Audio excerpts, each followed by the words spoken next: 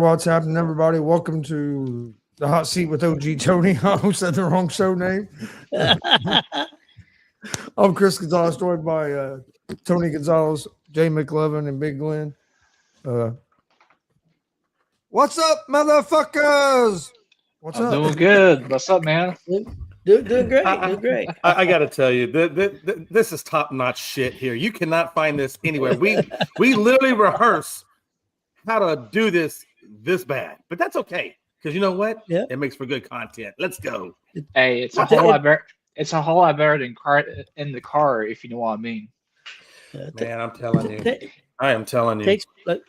It takes practice to be this bad. I agree. Okay, guys, let's jump right into it. Before we get to our 10 hot seat questions, we did. I'm just gonna use that one as the 11th as a question. So we're just gonna add that to a question because I got other baseball questions. So we'll just jump right into the questions, guys. Okay. Great. First question is. We'll start with Chris, then Jay, and then Glenn. That's where we'll go in order for all the questions. Greatest single performance you've ever seen in basketball, any basketball, whether high school, college, or pro. Chris is going first, Jay's going second, Big Glenn's going third. Damn. That's a tough one. Not one in history, one that you actually seen. I know you may not have been there, but on TV at least. Like Wilt Chamberlain's probably one of the greatest, but that was 1962. Right. I wasn't even born yet, and I know you guys weren't born yet. So I'm gonna give one, and it's probably gonna take one of Chris's, so he may have to take the other one. When Miller went crazy and did the choke thing and scored 25. That's what I was getting ready to say. I was going to go with that one or the other one. I'm going to say that one. Of course, Michael Jordan's had a lot of great ones too. But yeah, for me, Reggie, and when he went crazy in that Knicks and on Spike Lee and stuff, that'd be the one for me. Okay, Chris? I'm going to go with, since you went with that one, I'm going to go with actually a college basketball one. And it's going to be, I'm trying to think the exact year. I'm going to say it was around 2008, 2009. Kentucky was ranked number 1 in the nation. And Christian Watford for IU hit like a 25-foot three-pointer at the buzzer to beat Kentucky. That was 2011, but year was it 11? I knew it was somewhere around. You're close. Yeah, exactly what year, but I remember watching that live. Like everybody was going crazy. But it was Tom Crean. It was when Tom Crean made that face on the sideline. Yeah. People still make memes and shit out of that photo. Hey, okay. I hit that meme when Mendoza hit that little dive in the end zone to put the game away a couple weeks ago. Okay, Jay. Yeah, I've got 3 of them that I really like. I'm gonna make it super quick. The first one was when Akeem Olajuwon was going up against Shaquille O'Neal and the Orlando Magic in that 94-95, I think it was. Yeah, 94-95 series. And he won it on a three-pointer. And that was so beautiful to see him hit that three-pointer and nothing Shaq can do about it. So that was my first one. The second one is always when Shaq does when Olajuwon does the dream shake. Because the way he does that fadeaway baseline dream shake is just, he hits it like money all the time. And the last one was I did actually get to go to this game. It's the only game I've ever been to in person, unfortunately. But I went to see Yao Ming when they played the Lakers, and he got 3 blocks on Shaq, and that was freaking awesome because we all know how dominant Shaq is at that position. Okay, and Big Lynn. Man, I tell you what, this is actually a relatively recent one that took place at the end of April, I think. I was in the building for this, obviously, because they still had the Pacers fans on at the time, and that would have to be the Game 5 against the Bucks, where we were down like a bunch of points with like a minute to go. All of a sudden, Tyrese is getting it going, and Nembhard hit a few key jumpers, and Neesmith did some work as well, man. Then alongside with that one, just the other 2 series in the playoffs, and obviously hoisting that Eastern Conference trophy inside Gamebridge Fieldhouse. Hey, Glenn, wasn't that the game where Tyrese's dad got in Giannis's face? Yep, because that was the series ender. Yep. That's what I thought. Yeah, he got in trouble after that, and but to see us hoist that Eastern Conference Final trophy in person was pretty amazing. Because after all that was done and TNT was done, man, people were outside going nuts outside Gamebridge. Oh yeah, they were. I mean, Okay, you could see it I on had to, TV I had, during that show. I couldn't imagine being there. oh yeah, Yeah, I had to we walk got- 2 blocks north just to catch a ride home. So Hey, what's up, House? How's it going, House? Thanks for joining. Okay, guys. Our second question for the hot seat questions for OG Tony for tonight is greatest single performance you've seen in baseball.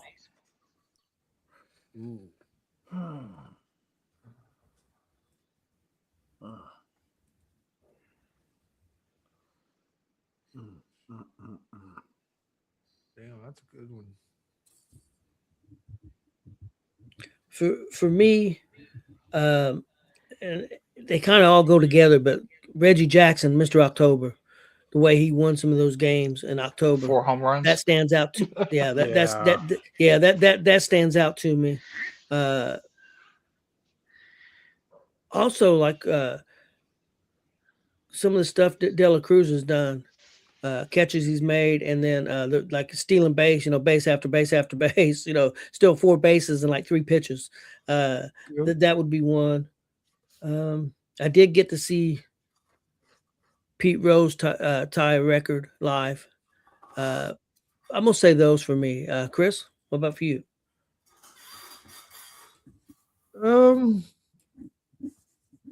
The Dela Cruz thing that you said would definitely be one because, like you said, still in 3 bases and like 3 pitches, and one of them bases being home, where you don't see many players still home at all in the major leagues. I remember watching that live. One's more than a play; it's more of really a moment, and that would be when we went to the Pete Rose Memorial or celebration game this year at Great American Ballpark. Just like the pregame ceremony where they had Marty and everybody up there and bench and some of the old players speaking, and then just everything that was cool to be a part of. Yeah. I was there. You with had to you wait guys. outside for like an hour and 10 minutes to get into the damn ballpark. I'd never seen it like that before. You know what's funny about that, People said Gonzo, they said the only time they'd ever seen it like that was for opening day. you know what the funny thing about that is, Gonzo, is of all the people that were at that game, we was in line like 5 feet from each other. Yeah. Yep. Yeah, that's true. Jay? Yeah, that De La Cruz play, man, I saw that. That was a hell of a good play. But no, for me, man, and this is because I hate the Dodgers. I hate everything about the Dodgers, but I got to give Ohtani props, man. And was it game 4 in 2025 series where he had 6 shutout innings, 10 strikeouts, and 3 home runs. I don't know if anybody, you won't ever see that done because nobody plays two-way like that. But that's got to be offensively and defensively the best game that's ever been played. I mean, that's crazy. Yeah, that's a good one. Big Glenn. This one I had to really think about, but Billy Hamilton ran so that Ellie De La Cruz could walk or whatever, however you put that. Seeing Bill Hamilton come up through the Dayton Dragons, and stealing all those bases, and how fast that dude was, holy shit! I know, Gonzo, you know what? We went and watched Hamilton play some in the Dayton. minors as well. Yeah, Dad was a big Hamilton fan. Yeah, I wish it would have been. Dad, remember we sat through that rain delay for like a 2-hour rain delay. Waiting so we could watch him play. Yep, yeah. sure did. Hey, as much hype as he had behind him, man, that's worth every single second of it, because they're at Victory Field, and then one time we went to go watch him, and like that day or the day before they announced he was getting called up, so he didn't play. We just got to see him in the dugout. But he didn't play because he was getting ready to leave to go to the Cincinnati. Hell yeah. Yeah, that Okay, dude. Maybe not performance, but just the fact of that time period, like 2011, 2012, when he was coming up through, seeing all all that speed. Okay, guys. Next question is greatest single performance you've seen in football, college or pro, or high school. I don't care. Yeah. Okay, come on. Football, one of them is going to be Peyton Manning Monday night game. We were live at the game against the Jacksonville Jaguars. If I remember correctly, he threw for like 7 or 8 touchdowns in that fucking game, like 3 or 4 in the first half. Hell, I know you remember that game, Dag. Actually, I think that's the game on the way home where we got pulled over. If I remember, correctly. That's when I got pulled out of Yeah. the car for being Mexican. But It's fact. that's one of the best games I ever seen Peyton Manning play. Like everything was money that night. They blew them out. So that being there live was cool. When the Giants upset the Patriots in the Super Bowl, because I had a bunch of people at the house. Uncle Tom was there. I think that might have been the last Super Bowl I got to watch with Uncle Tom. And it was when he made that helmet catch when it looked like Manny was going to get sacked. And I remember everybody there, me, Steve, Tom, I think Jeremy, a bunch of us was all there. Everybody was going crazy. That's all. Always remember that moment. And then college football just happened a couple weeks ago. Like that Mendoza run. Mendoza plays run in the national championship game. And then the interception in this championship game, I'm always going to remember. And I know what you're getting ready to say, the Omar Cooper catch against Oregon. Catch against Penn State. To beat Penn State. Penn State, yeah, that's one of the craziest catches I've ever seen. But this whole IU season in football was some of the craziest shit I ever seen. So, real quick, guys, I'm gonna tell that story real quick. We were coming back from the football game. If I remember right, Chris, didn't AJ get pulled over for speeding? Yeah, got pulled over for speeding. Well, the police officer sees me sitting in the passenger seat. I guess he tells that I am part Latino. I guess he thought I was full Latino, and he comes over to the car and he asked me my name, and then he asked for my ID, which when I always went to football games and stuff, I don't drink, so I don't need an ID. So I never took a wallet, keys. I'd grab $40, stick it in my pocket, and go to the game, have some money to buy pop or whatever. I just didn't see the point sticking a wallet in my back pocket when you're in big crowds if I didn't need to. So I didn't have my ID. And he pulls me out of the car and takes me back to the police car, a good 20 or 30 feet away from their car. And it's gotten cold. I just wore a little jacket, and it had gotten cold because the wind picked up like 40, 50 miles an hour. So it was cold. And I went to put my hands in my pocket. Keep your hands out of your pocket. I said, man, I'm cold. I said, I'll tell you what, put me in your car then. I said, I'm cold, Right. And dude was being a jerk, and then he goes to Chris and AJ and said, "Do you guys know him?" We don't know him. We don't know that guy. Hey, we thought about saying no, we don't know him. We just picked him up down the road. He's some random Mexican that we picked up at Home Depot parking lot. So I'm probably out there 10, 15 minutes before he finally lets me get back to the car and go. But we was in a small town by Knightstown. There's a lot of farms there, and there's a lot of people that would work picking tomatoes and stuff. So I guess he thought I was illegal, even though I don't speak Spanish, the fucking moron. But anyway, but that's the story. Then he came up to the window and said, "How do you guys know him?" On a scale of 1 to 10, 10 being the most irate you could possibly be, 1 being it's just my kid, no big deal. If they would have said that we don't know you, how angry would that have made you? No, the reason I would have been angry is because that moron, once they said that they did know me, probably wouldn't have believed them and still would have took me to fucking jail. So that really would have been angry. Chris would have been looking for a new place to live. My wife would have killed him. No, Chris wouldn't have had to worry about living anymore. If you want me to ask Chris, how old were you at the time? 22, 20, 21, 22. Young buck. Yeah. Yeah, you were a young Yeah. buck then. Actually, back then. Okay. I was no, I was 20 or 21. I Oh, think damn, you probably 21. I just think got legal. because He just turned legal. Austin was like a year old, if that. Yeah, that was Hey, a not lot to of be, fun. not to be funny though, Tony, but you can't not go leave your house and not have an ID on you. You better have that ID on you. Well, now, especially now, yeah, no Yeah. doubt. Yeah, that's what I'm We're saying. doing Like, when you that- leave your house, well, no, and I'm not trying to be yeah, racist or anything, but you got to have that this ID was- on you. Yeah, but Jay, this was 2002. I wouldn't think, I didn't have to. I didn't worry about that back then. Yeah, now I would. Hell yeah. Yeah. I don't. Hell, you can have your ID on you now, and it wouldn't make a difference. Yeah. In some places, Yeah. might get shot. Man, I'm guys. telling you. Go to if you go up to 42nd and Post Road, you'd be hear some bullets be flying. Yeah. Okay, Jay, your turn.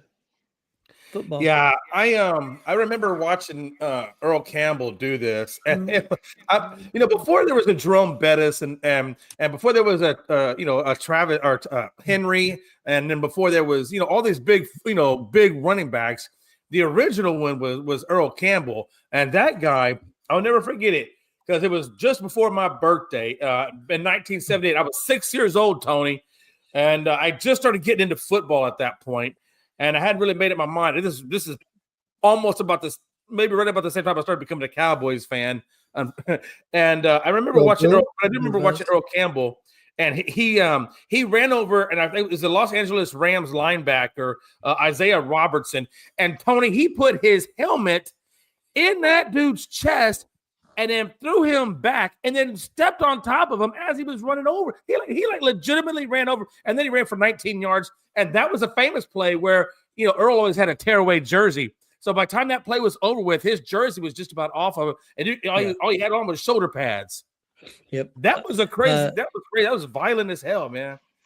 Yeah, Earl Campbell was one of my favorites. I really enjoyed Earl Campbell a lot.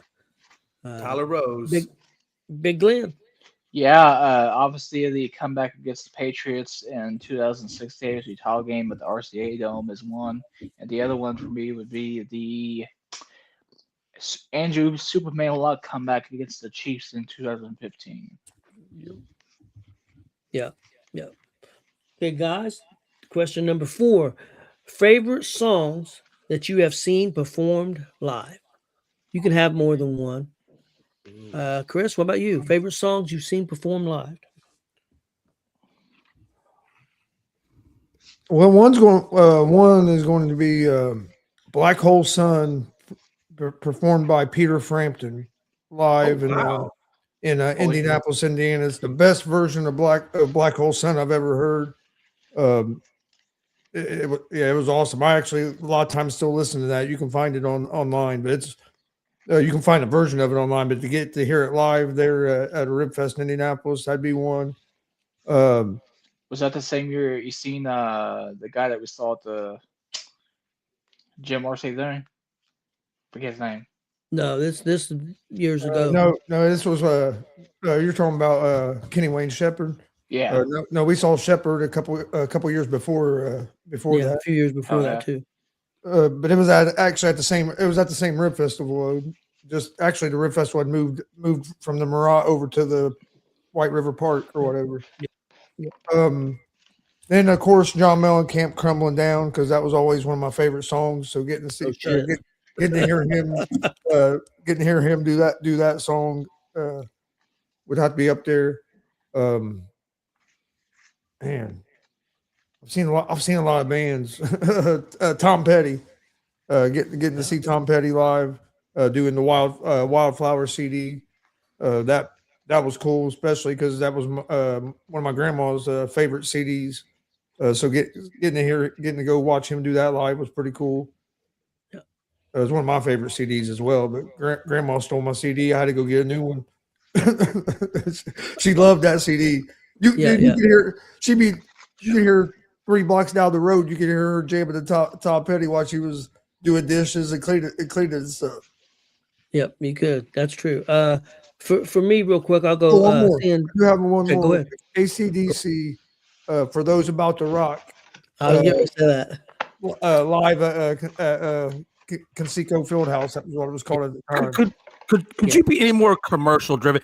Come on, Gonzo. I expect you to know some B-sides, AC/DC. Let's go some B-side. No, I'm just kidding. That's good. That's a really good song. No, it was the performance, dude. They had all the cannons out there. And the cannons and shit. It was just the whole thing was just it was. And Brad Johnson was the singer, correct? Or Brian? Is it Brad or Brian? Is that Brian Johnson? Brian Johnson. Brian. Yeah, Brad Johnson, the quarterback. Yeah. No, but he was a singer though too. Oh, I see what you did there. I see what you did. Okay, I was helping you out. Brad Johnson's the quarterback. Yeah, Brian Johnson's the singer. Brad Johnson's the quarterback. He's helping you. Thank you. Oh, you know what I'm saying? Yeah. Hey, didn't Johnson win a Super Bowl? I'm pretty sure he won the Super Bowl with Tampa Bay. I think he did. I think you were about to say he won it with Tampa. Tampa Bay. Yep. Yeah. I told you, hey Gonzo, have I ever been good with first names? Come on, man. There's a pattern here. I was helping you out. Hey, you know what it is pattern though? Is the fact that the Buccaneers beat the Raiders in that game. So for me, guys, John Mellencamp, the first time I seen him in '82, and the American Fool Hour album just came out, seeing Jack and Diane. That one for me. Another one, seeing Bob Seger live, Like a Rock. That was really good. The AC/DC one too, that came to mind too. Then there was a band that played. I didn't know a lot about them. My wife got tickets for me and Chris, and we loved the concert. Blessed Union of Souls. They were outstanding in the concert. They had a couple of songs they really stood out to me. I think me and Chris was on our feet the whole damn concert. They were really, really good, really impressive. And I didn't know a lot about them. Honestly, before I seen them. I Believe on the piano. Did Leonardo by himself just with the piano? That was awesome. Yeah, so it's very good. I'm sure there's others. I've seen a lot of bands. It's been a while, but Bad Company, Paul Rogers, Silver, Blue, and Gold. That version of Silver, Blue, and Gold is just outstanding. Yeah, that's one for sure. Jay. Yeah, man. There's so many iconic ones that I've seen, man. If you want to, I guess the most iconic person I saw was Jerry Garcia from the Grateful Dead in I'm going to date myself, probably 1995, I think it was. He passed away, I believe, in 96. And I saw him in Japan in a little bar called Gutter Cats. And there might have been maybe 7-8 people in this whole damn bar, Tony. And it's about the size of a closet. And he had just a little low acoustic guitar. And he was doing a bunch of songs, little acoustic songs, and playing for the crowd. Like I said, playing just for a few of us. That was probably the most iconic one. But honestly, there's a lot of good concerts. I've been fortunate. I know you like Black Hole Sun. Peter Frampton. Do you feel the way like we do? That is freaking phenomenal. Oh yeah, I've seen that. I've seen Frampton 4 or 5 times. I love it. And I've got to see him too. And I love it when he does the voice box. And he goes, "I want to fuck you." And I'm like, yeah. I'm like, fuck yeah, let's go, man. Let's go. Anyway, Peter Frampton is fucking phenomenal. So I can understand real quick, Jay, when he does that Black Hole Sun version, he uses the talk box. Does he? It's badass. And again, hey, you can't go wrong with Peter Frampton, right? Honestly, I have no doubt the man did it good because everything I've ever heard from him was amazing. So I have no doubts. The reason why I enjoyed Black Hole Sun by Chris Cornell so much is because he was on a solo tour and it was all acoustic. Like there was no instrument, electric or nothing. And he was just him on stage, just him. And I got to go interview him backstage in his dressing room. And that was personal for me. So I loved it. Yeah. But he's so raw, dude. When he's singing it with like no electrics, no reverb, no nothing. It's just him and a guitar. Bro, when he wails it, you can feel it, Chris. Like you can feel it in your bones, man. Is Frampton in the Hall of Fame? I'm sure he's got to be. I can't imagine him not. Pretty sure he is. But and then I think my second favorite moment outside of that was when I got to meet Jerry Cantrell at an Alice in Chains concert, and that one. And I met Slash because I got to go backstage and I got to see that's when Velvet Revolver was touring with Alice in Chains, and I got to go in the dressing room of Slash and Jerry Cantrell, and that concert was freaking Tony. When you talk about heavy metal or just rock, it was a beautiful experience, man. Crazy. I did have another one popped in my head because it was just this year. Snoop Dogg. Okay. Uh, Yeah. Oh yeah, that's a good one. he came out a couple of the songs you got 40,000 people just rapping the songs with him. Yeah. And then there's 10, 11-year-old kids rapping the songs with him. And you got 50, 60-year-old men. It's just crazy. But yeah, that was one of the cooler moments I've been at a show was getting to see Snoop there, especially seeing it at Great American Ballpark as well. So that would have to be one of my favorite moments. Okay. That's awesome. Oh, Big Glenn. Man, I got a short list, and it kind of falls in in your guys' wheelhouse. Kiss, I got to see him the last time he was in Indianapolis in 2023. That whole concert was amazing. Def Leppard at Lucas Oil Stadium in 2022 when they had the big super show here. My favorite song out of that whole set from all the 4 bands that was in that one was probably Pour Some Sugar on Me, because once Def Leppard started to play that song, you could just see all of Lucas Oil fucking rise out of their fucking seats. That was an amazing visual seeing that. Yeah. Hey, you know, Tony though. Hey, what's up, Mike Hughes? Mike Hughes. Oh, what's up, Mike? Let me tell you What's something. up, Mike? One concert I wish I could have gone to, but I was too young at that time.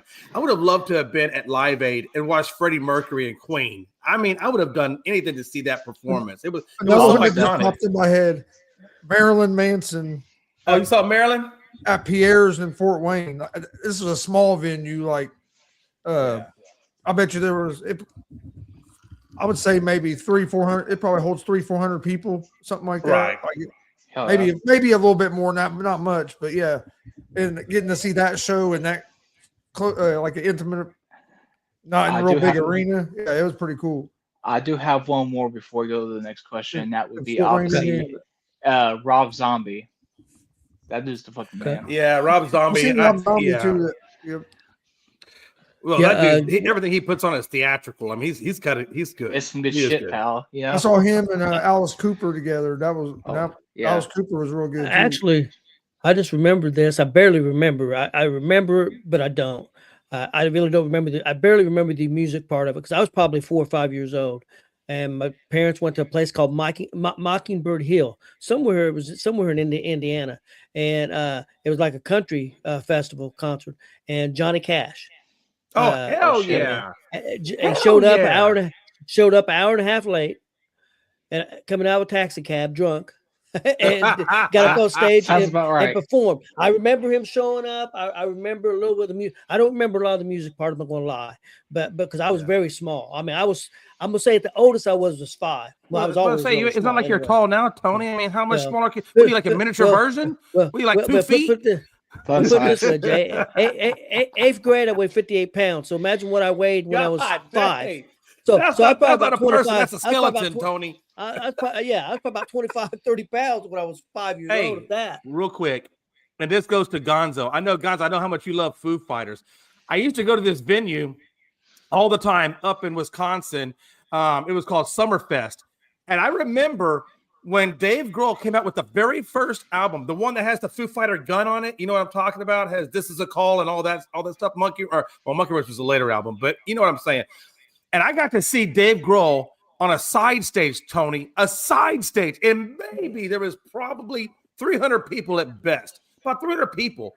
And I'm telling you, when I tell you, look, I was like right here. I was right here, and I had my name, and it said Army on my shirt. It said Army on it, and I was like, Dave, you rocking. And he says, okay, that guy in the Army shirt, he scares the ever living crap out of me. But I love you, guy. I love you. You know what's funny? Is after that was over with, I called him because he had sunglasses and a hat on. And I said, hey, Mr. Grohl, can you just sign these drumsticks? And I had a pair of his signature drumsticks, and Dave Grohl signed the drumstick. It was so freaking cool, dude. It was, but that's before he got really, really big. I mean, I got a question for you, Jay.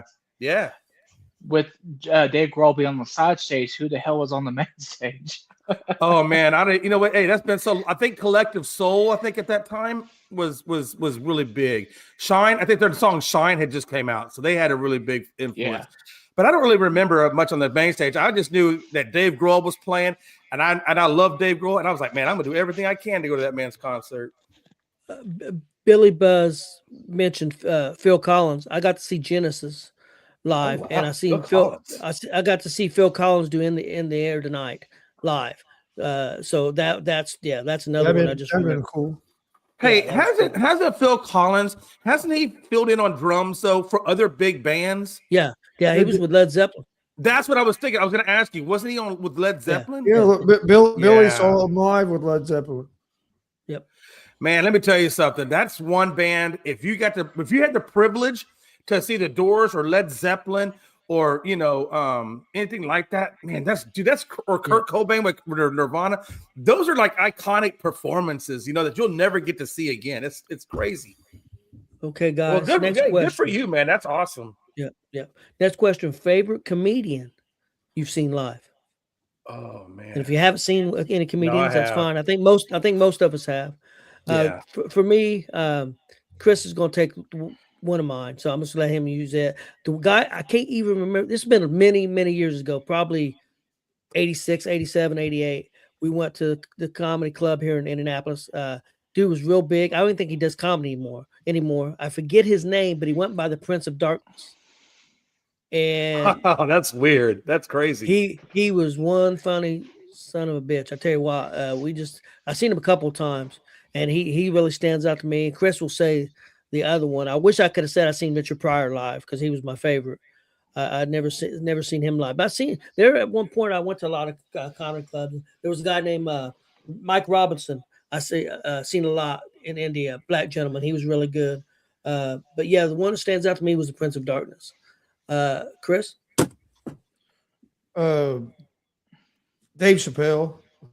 I know that's what you were talking about. That's the best show I've seen live. Comedian. I plead the fifth. Jeff Dunham. Jeff Dunham. Yeah. Franked him live a bunch of times, and that was good. Man, I wish I could remember the guy's name. He was on Bob and Tom a lot. I want to say his name started with a G, his last name, but he was on Bob and Tom a lot years ago, and I got to see him at Crackers Comedy Club in Indianapolis. The dude was okay. Was there a guy on there that used to be like Gaffigan or something like that? Or Yep. That's him. Gaffigan. I remember Gaffigan. Jim Gaffigan. Jim.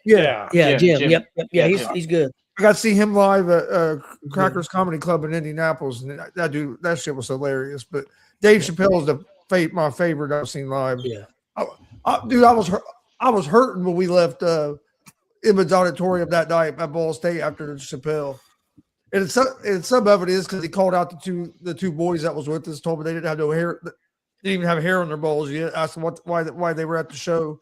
Why were you looking at their balls? Do you often find it? No, that's interesting. I'm gonna explore that for a minute. Chris, do you often look at men's balls? I didn't say I was looking at men's balls. So what the hell are you talking about? You said before they had hair on the balls. That means you knew they had hair. That's what Dave Chappelle said. The boys that was with us out saying, "What are you guys even doing at the show? You ain't have hair on your balls yet." I literally thought you said, "I'm sorry." Come on, Jay. Looking at balls because you have balls on your mind for some reason. Hey, Trump! You looking at little kids? All right, is it my turn or is it Glenn? It's your turn.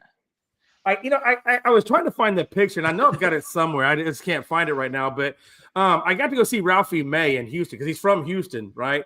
And I got to go see him in concert. Of course, he's passed away now.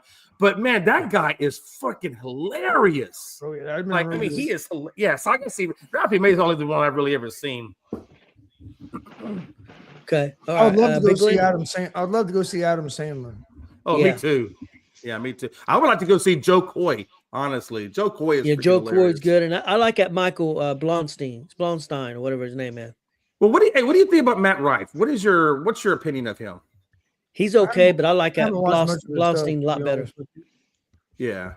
No, I was just curious. It's not a favorite of mine, but I was just curious of what y'all thought about him. A lot of ladies like him. I know that for a fact. Yeah, they do. So I have three. Red Fox, Stanford's son. That's one of my favorite shows from back in the day. I mean, it's before my time, but I can turn on that on 24/7 TV and watch that on repeat. The other two are John Witherspoon. That dude is funny as hell. And shit, because he played in Friday. Then the third one be obviously Adam Sandler. Okay, I did get to see one just came to mind. I seen him live at Vegas. Gilbert Godfrey. I seen Gilbert Oh, Godfrey shit. Oh, live. yeah. Yeah. But what was crazy about that is we bought tickets at the back. And this lady looked at us and she said, "Come with me." And she took us up to like the second row. Hell yeah. So I paid like $25 for tickets a piece and was sitting up there in about the $95 or $100 table. I don't know why that lady did it. But she did. And he told a lot of corny jokes. But then he got to the end of his set. The last 30 minutes was nothing but all racial stuff. And wow. he was funnier than hell. I mean, he was unbelievable. He was very funny. Somebody I'd like to see would have been George Carlin. Oh Yeah. yeah. Yep. Most definitely. Because there's a lot of shit that he talks about in his shows that is kind of like how today's life is and shit. Seinfeld would be a good one to have seen too. Absolutely. Oh yeah, yes. That would have been number 4 for he's me. got that intellectual comedy though. Like you have to think about that comedy. Yeah. Okay, Dad guys. used to be a next big question. Seinfeld fan. Yeah, I watch a lot of Seinfeld. The guy, Yeah. the dream guy for me been seen. I've told Jay to watch him, but I know he hasn't yet. Is Don Rickles. I would have been Don Rickles. I would have given anything. I know who Don Rickles is. I believe he used to be on the Carol Burnett show. Rickles. Did he? Was he on Carol Burnett? Yeah, I think Or you so. thinking Yeah. Tim Conway? Yeah. Oh wait. But you didn't say that. You said Rickles. Rickles. Don Rickles, not Wrinkles. Don Rickles. Oh, I thought you were saying Don Rickles. That's why I did. Okay, well, I'll watch it. How you spell that last name? Is it Rickels? I'm not sure.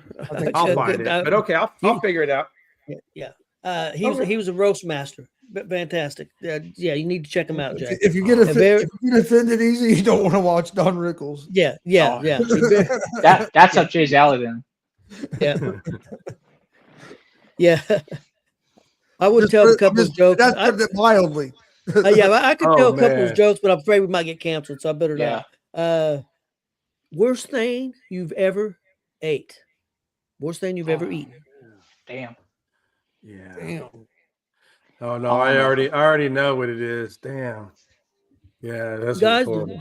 the worst thing for me probably was I was like 7 years old, and they told me I was eating roast beef.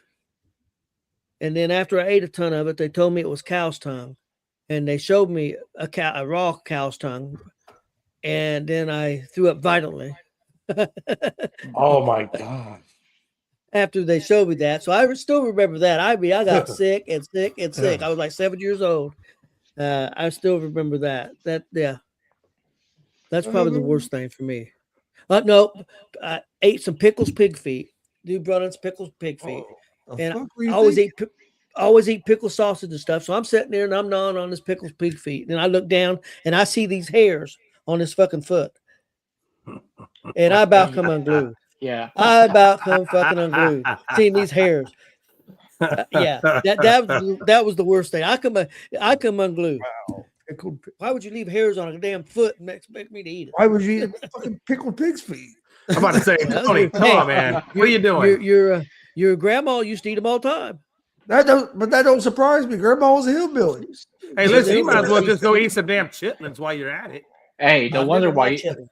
it's no wonder why Yokozuna was putting that shit in fucking mayo and shit. You know. Yeah. You for this. Yeah. Chris, what about you? It would have to. I would say probably liver. Yeah, liver's horrible. That crap's horrible. And there's no damn sauce that you can put on it to make it taste any different than liver. I've tried all the sauces, and I can never get it to not taste like liver. Yeah, I would say probably liver is probably the worst thing. I could eat liver. My mom would make it into almost like a stew with potatoes and carrots and a gravy. So it just was almost like a stew. She made it that way for my dad because my dad didn't like onions. She liked liver and onions, but he didn't like onions. So she'd make liver and she'd make that kind of stew type. I could eat that. Not something that I craved or anything and wanted, but I mean, I could eat it. So, Chris, anything else or just liver? Yeah, probably just that. There's not a whole lot of things that I really have tried that I haven't liked. Jay, what about you? Yeah, my mom used to make liver and onions too. And you know when liver is bad when you throw it down because your dogs are under the table and even they won't eat it. Man, that's how you know something's bad. But anyway, for me, I don't like cottage cheese. That's number one. I cannot stand cottage cheese or ricotta cheese. Either one of those two. I don't care. I don't like either one of those two cheeses. And that's why I can't eat lasagna, Tony, because they put all those cheeses in it, those ricottas in it. And I can't, Tony, just even now I want to throw up thinking about that bullshit. That's number one. I got three. They're tied. Then the second one was olives. I cannot freaking stand olives. I can't. I cannot do an olive. I can't do it. God, I've tried. I've tried so many times. I cannot do it, man. And then I don't do cottage cheese, but I've never tried it, so I can't say that. Yeah. Whether man, I would it's like nasty. It or not, I mean, you might like it. I look at it and like I ain't eat that. Yeah. But no, I like olives though. Olives aren't bad. And I'm gonna tell you right now, Really? any sandwich that has mayonnaise on it, yeah, you might as well pass me up. Really? And then the last one, Tony, the last one is goose liver pate. I don't care how much that crap costs. It sucks. Don't ever eat goose liver pate. It don't even sound like it'd be good. No, it's not. But it's called frogois. That's the French name. The French name is frogois. But yeah, you're eating goose liver. Okay. Yeah, exactly. But you know what, Chris? You'd be surprised how much they charge you for that bullshit. Too much. Yeah. Glenn, what about you? And I'll tell you what, I'm gonna be honest. I've been lucky to not have anything awful over the years of my 38 and 3 months a year of business. Okay. So the only thing I could probably think of is probably sushi, but I don't think I've even tried that before, so I can't say. Yeah, I've never had sushi. Oh, I've had sushi. Sushi doesn't bother me. I can eat sushi. Like the spicy tuna. Oh man, give me a spicy tuna roll. I'll do that any day. I got some cottage cheese here, Jay, if you need it. No. I got some Fromunda cheese. Do you want some Fromunda cheese? I got some of that. I don't know about that. I got a whole skipping batch right now. Anyway, I'm sorry.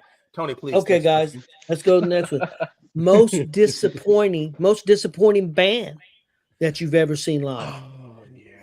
For me, and I hate to say this because he's a legend, but he just don't know if it was a bad day or what. Bob Dylan. I seen Bob Dylan live, and I did not care for him. I probably did. I don't know if I understood 5 words that he said the whole fucking concert. I hate to say that, but that's just I'm being honest. Yeah, no, I can see that. Bob Dylan, for me, his voice is almost like an acquired taste because it's a very weird voice. You know what I mean? Yeah. Chris, what about you? You said that we've seen live. Yeah. And if it's not live, that's okay. No, I have one. I can't think of the guy's name off the top of my head, but it was Foreigner. You don't. What's the singer's name, Dad? You're going to know what show. You're going to know what show I'm talking about. Yeah, it was Downtown Muncie. Downtown Muncie. He was the main lead singer for Foreigner. I can't think of his name. He had. Was it something Graham? Yeah, Lou Graham. He had Lou Graham. He had to be drunk or fucked up or something. He had brain tumors. Oh, is that what it was that night? Yeah, he had brain tumors and had surgery. And when he came back, the band basically, because when he came there and said it was Foreigner, it was him and 3 or 4 other guys. They were fighting over the name. He had a band and they had a band. They kicked him out of the band because he couldn't sing anymore. Yeah, it was. I was disappointed because I was. Yeah, he didn't have his voice. Being a good show too, because BTO played opened. They were good, but yeah, I was disappointed. That was probably one that live would have been Lou Graham because, I mean, I'm a Foreigner fan and he didn't sound nothing like himself that night. No. Yeah, that's true. Jay, what about you? Yeah, for me, I used to love Saliva when Josie Scott was the lead singer. But when he left the band and they put that new lead singer in there, I can't even remember the guy's name. They were horrible. I saw them at Daytona in Bike Week. And when I heard him go live, I was like, this band sucks ass. And because the guy just couldn't sing, much like Foreigner, he couldn't sing, Tony. And when you can't sing those songs right, it's like, why are you even trying to sing them songs? So yeah, that would have been my worst one. It was in Daytona. That was the worst concert I've ever been to. Okay. Outside of when my mother made me go watch New Kids on the Block because my sister wanted to go and she made me go, and I can't do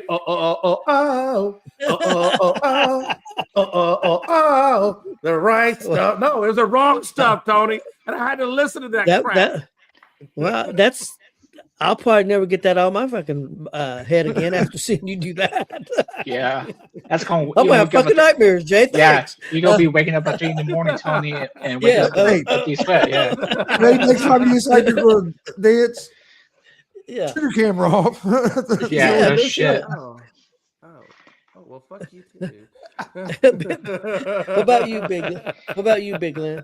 All right, so obviously I referenced the Motley Crue, Def Leppard, Poison, and Joan Jett Super Show earlier on the Def Leppard being one of the best. Unfortunately, Motley Crue was the last one to go up, and Vince Neil's voice was shot. So my most disappointing one is obviously, his voice was done. And it's been I've seen him twice, and the only reason I didn't say them was because the first time I saw him, he could still sing, and it was freaking awesome. But then the last time I saw him, his voice was shot, and it wasn't near as good. But that's the only reason I didn't use that one was because I'd seen him once where it was. Yeah. The only reason why I picked that one obviously is because I've only seen them one time. Yeah. But I know the legendary and everything. You know, when you get up to his age and all the drugs and shit, you know, your voice kind of goes away. So, okay, guys, I got 4 questions left. Next 2, I'm gonna do 2 baseball questions. The first one is, guys, does Suarez make a difference for the Cincinnati Reds this year? Is he the bat that they need to get them to the next level? They made the playoffs last year, didn't go anywhere. You know, got put out first round by the Dodgers. But could this be the guy with 49, 50 home runs last year?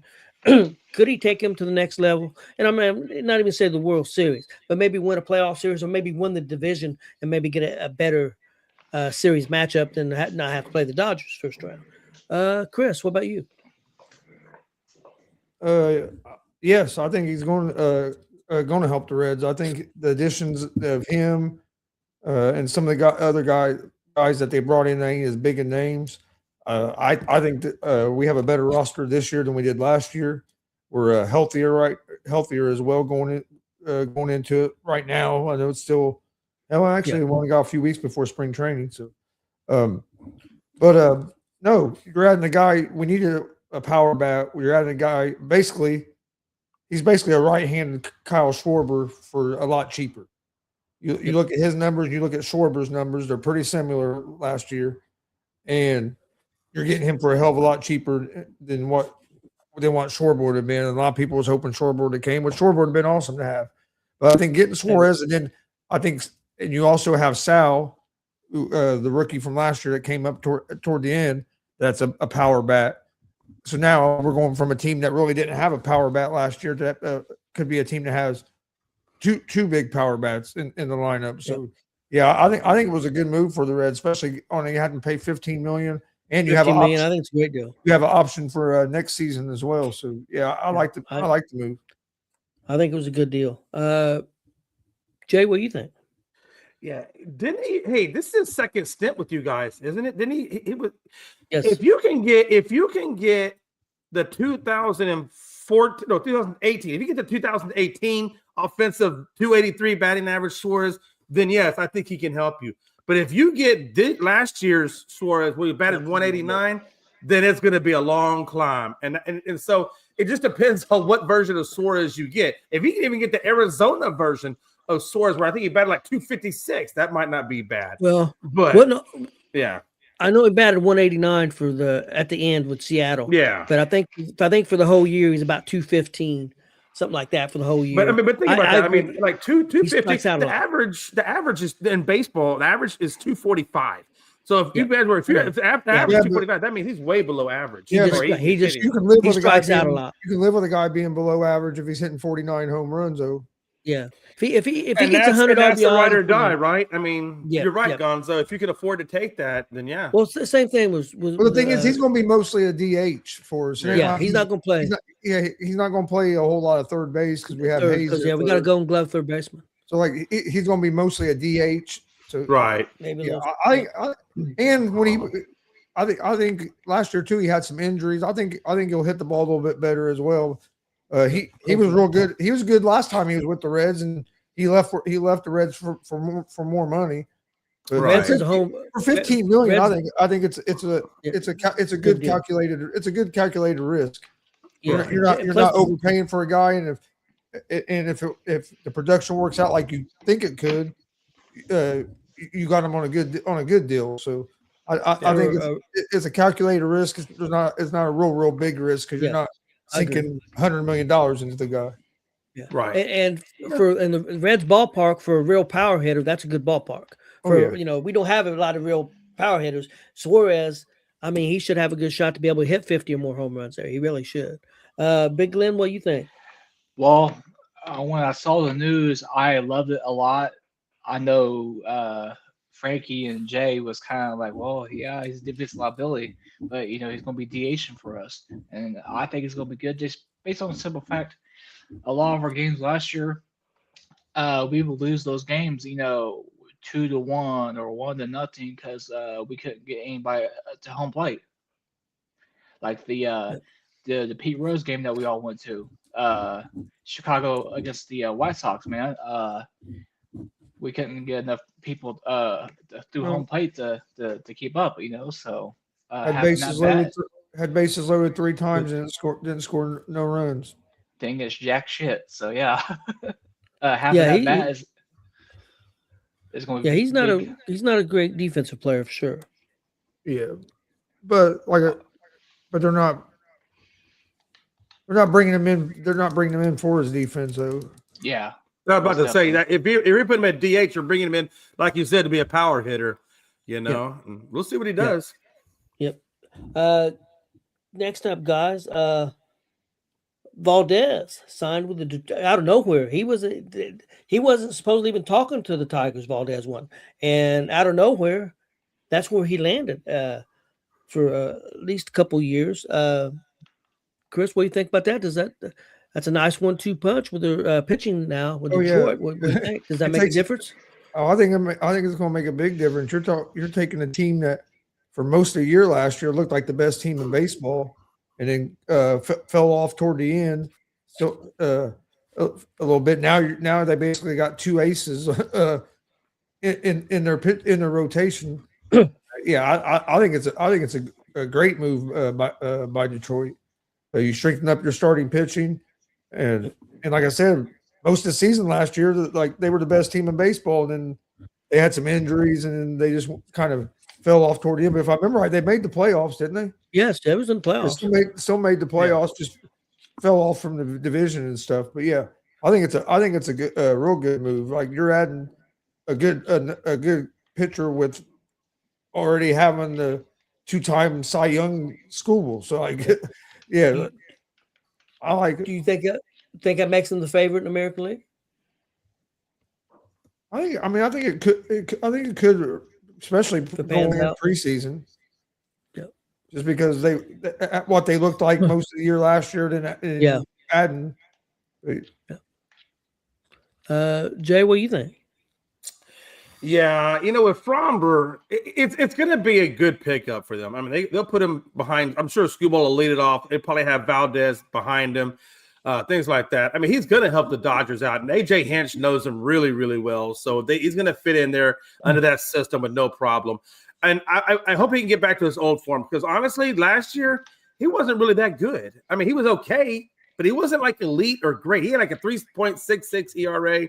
A 1.24 whip, 187 strikeouts, 13-11 record. Now you can't put all of that record on him because some of that was kind of their offensive woes that they were having. But I gotta tell you, man, that my biggest problem with Valdez is the fact that he's an emotional guy. And now it's nothing wrong being emotional, but you have to harness that emotion. And sometimes he lets it get the better of him. And I think the best example of that is when he hit his catcher with that ball, when he wasn't looking. And that's the biggest thing about him. You got to keep him in check. And I think AJ can do that. AJ has a good way of talking to people. So I think if he can keep their emotions under control, that'll work out well for them. I don't know if I don't know if it would have been $37 million, though. I still think they overpaid for him. But okay, Big Glenn? I think it's a good move, and that it keeps them in contention to be in the top of the AL. Whether or not they can get past the Blue Jays is a whole nother story for another day. Yeah. It's going to be interesting.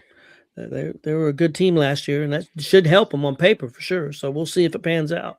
Got one last question, guys. Biggest upset in sports history? Mine is Buster Douglas knocking out Mike Tyson. Yeah, that was huge. That'd be one. That was one of the first ones that came to mind to me. Would this qualify, guys? Would it qualify to say IU from what they were being the worst team in college football, and within 2 years go 27-2 and win the championship? The only reason I'm going to say no is because Cignetti used the transfer portal really, really well, and he also drafted pretty decently. But I think that transfer portal and the NIL really helped him recruit. So, and I think, obviously you guys know Cignetti. He knows. Can I ask you a question? Why do you hold that against him when the transfer portal? I'm not holding it against him. No. You're saying that don't count, but why wouldn't that count when that's available to everybody? It's not like that's just an advantage for him.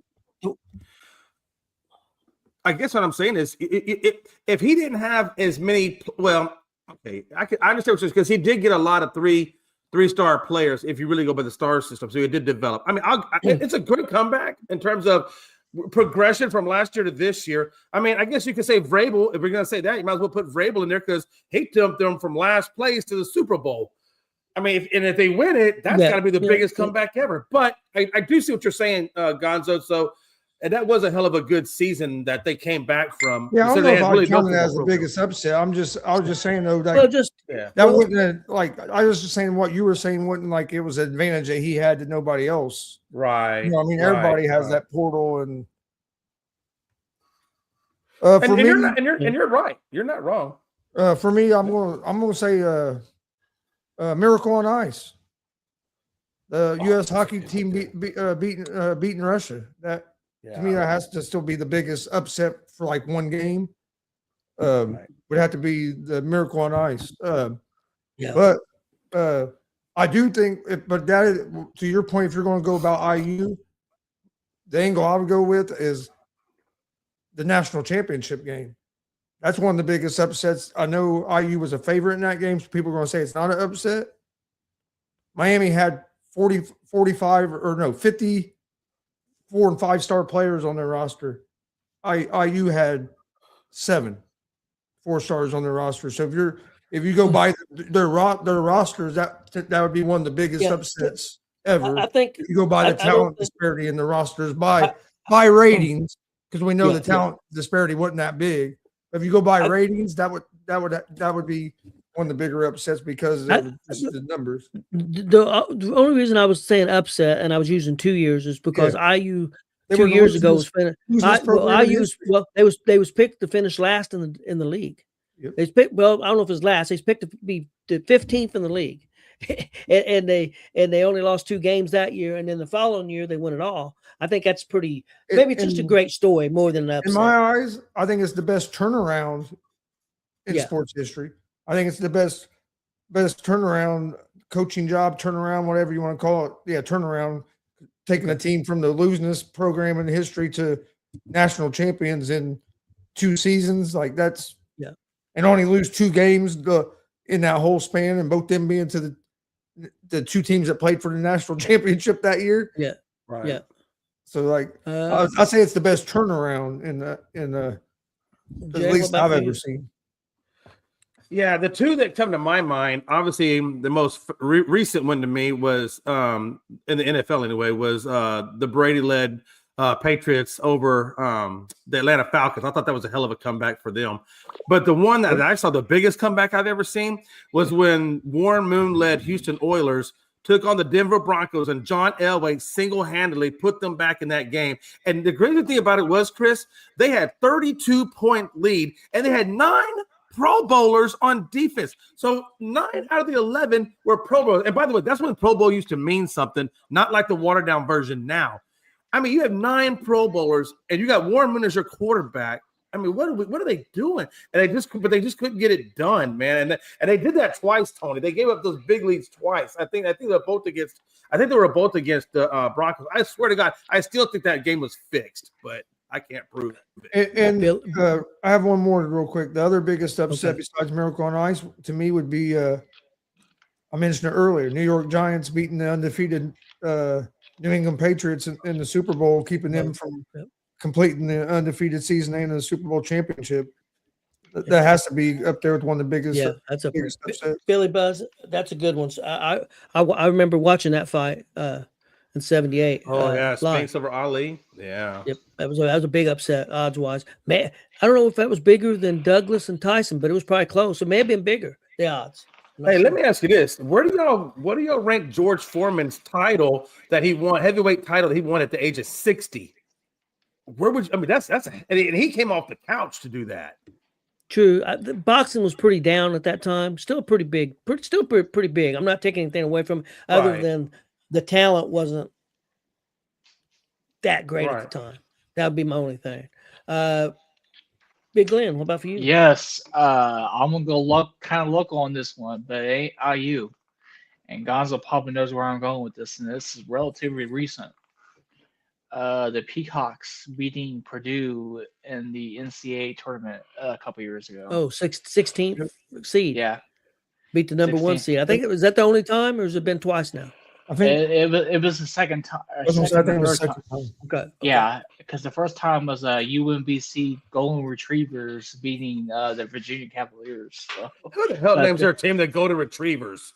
Oh no, that's like saying, what about the San Jose Chihuahuas? Like, what the hell? Yeah, no shit. Yeah, you got something against Chihuahuas? Fuck. Yeah, that's a good question. I mean, I bought one, because I wanted to improve my ethnicity, so I got one. And he lived for 16 years. His name was Harley. Lived for 16. He lived a long time. No, I don't have anything against Chihuahuas. They're just yappers, and they bite your ankles when they get pissed off at you. And that dog was he was a little asshole. But anyway, God, that dog was mean. That dog was freaking mean. Well, you've had mean ones, but the one I got now is not that way. Oh, Pablo's not mean. No, Pablo cries a lot. Why does he cry so much? Scrappy was the crazy one. Yeah, he was mean. Scrappy was mean. Pablo, he used to not whine much, but honestly, he started whining after Scrap left.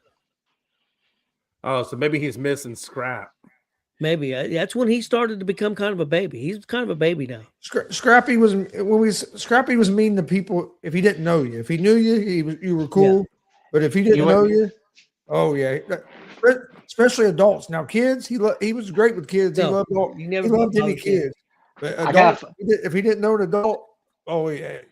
I got a funny story. Yeah, I got a funny story to go with that Peacocks and the Purdue game that year. So I think the game was on a Saturday. I called in the JV local sports radio. About the end of the show at 6:00. Just before 6 o'clock. I was like, you know what's going to happen? I was like, I told him, I was like, hey, Purdue's going to lose that game tomorrow night. Sure enough, they did. Well, guys, that's all I've got for today. Tomorrow night on the Hoops show, Thursday night Hoops, we will Hoops. Oh, Thursday's football. No, Thursday night blitz. What I'm talking about hoops. I'm all messed up. Excuse me. Sorry. Been hanging out with Day too much. Hey, no, it is. Well, I tell you why. Because it's going to be a special show tomorrow night. Because it's going to be a mixed show tomorrow. It's going to be like me, mixed. It's going to be Thursday night blitz. Thursday night blitz. New England and Seattle, hillbilly and Mexican. We'll be talking that. I also got some NFL stuff like make your bet type thing. And then we also will be talking, because tomorrow is the trade deadline for the NBA at 3:00. We'll talk some trades and stuff too, as a special thing at the end of the show. So that's tomorrow night, 10 p.m. Eastern, 9 p.m. Central. And then Friday, of course, Friday afternoon show, we're going to be talking, of course, Super Bowl. And then we're going to be talking about the Winter Olympics. Preview that a little bit. And Jay, little information started today. Yeah, that is going to be on NBC. You can watch the ceremonies if you want to see it live at 2 p.m. on Friday. Now, Okay. then they'll show up in prime time at 8. Also, CNBC, NBC Sports Network will have it, and it's also streaming on Peacock. And you can also get it for free on NBCOlympics.com. You can stream that way too. NBCOlympics.com. Okay, I'm can definitely stream gonna watch that way that one too. then. Yeah, you can stream that Okay. way too. You got Peacock, you got NBC, you got all this stuff. So I know curling uh, started today, and I think that Vaughn, was it Friday or Saturday she skis? Yep. Yeah, the curling started. I think, if I remember correctly, I think USA is going to show just American stuff. The only American team or Americans, that's what they're going to focus on, the USA side. So if you're interested in most of the USA stuff, you can watch that. Now, if you want to see the whole, regular broadcast, you can see it on Peacock and NBC and stuff like that. So you said it's CNBCOlympics.com?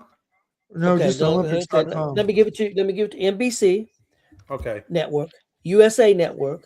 Then you got CNBC. That's their I think their It's financial like a news channel. But yeah, they're like the financial news channel. And in the evening time, they'll show Olympic stuff. And then NBC SN, that's a sports network. They're going to show stuff too. And then streaming wise, it's streaming on Peacock and NBCOlympics.com. That's the one I wanted because I'll probably be on the road driving back, or I'll be riding, should be driving, so I'm gonna watch it in the car. Okay, cool. Appreciate that. Yep. So that's just a little information for everybody. Hope everybody has a great night and stay warm. It's getting cold again here in Indiana, unfortunately. Colder. I mean, it's cold, but it's going to get colder again. So everybody stay warm. Everybody stay Not crazy safe. cold. Well, we're going to be back down to in the zeros, and so it's crazy enough for me. My little Mexican ass. That's too cold for me. I'm telling you, man. Hey, it's on. I Hey, ain't Tony, no we got. I ain't no fucking penguin, man. Yeah. Hey, listen. Hey, we got 3 days of the 70s coming up, and then next week Fuck is you, all in the Jay. 70s. It's all in the 70s. Tony, I'll be out there Fuck shorts and a t-shirt, and I'm gonna be like, I hope you fall in that damn creek again or whatever you fell. why would you say that? You know I have a problem with that. Why would you say that, Tony? All right. Still be warm. Please hit that subscribe button on YouTube, You won't be and we'll see you guys next Wednesday.